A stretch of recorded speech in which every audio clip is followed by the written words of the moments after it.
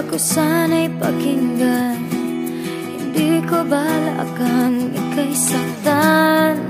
Hindi ikaw ang problema, wala akong iba. Di tulad ng iyong hinala, sarili ay di maintindihan. Hindi ko malaman ano ba ang dahilan ng pansamantalang pag-hingi ko ng kalayaan.